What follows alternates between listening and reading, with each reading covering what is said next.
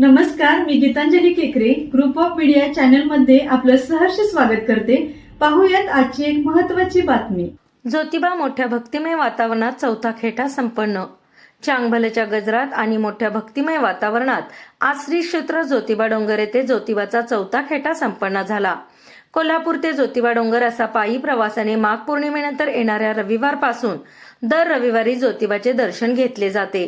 सुमारे 2.5 लाखाहून अधिक भाविकांनी श्री ज्योतिबाचे गुलाल खोबऱ्याची उधळण करून दर्शन घेतले। ज्योतिबाची सरदारी रूपात खडी पूजा बांधण्यात आली होती।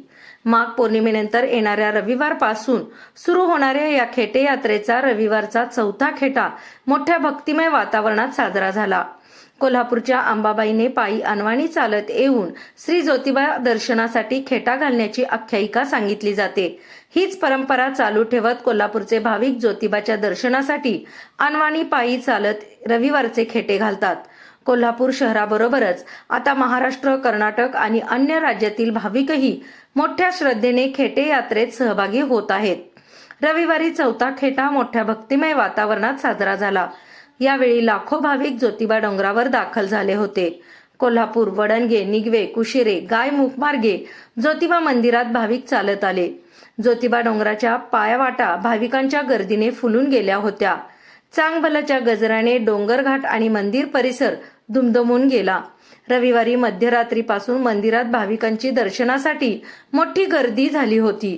दर्शनासाठी भाविकांच्या लांबच्या लांब रांगा लागल्या होत्या। रविवारी पहाटे 4 वाजता मंदिराचे दरवाजे उघडले। सकाळी 8 ते 9 अभिषेक, सकाळी 11 वाजता धुपारती सोहळा पार पडला।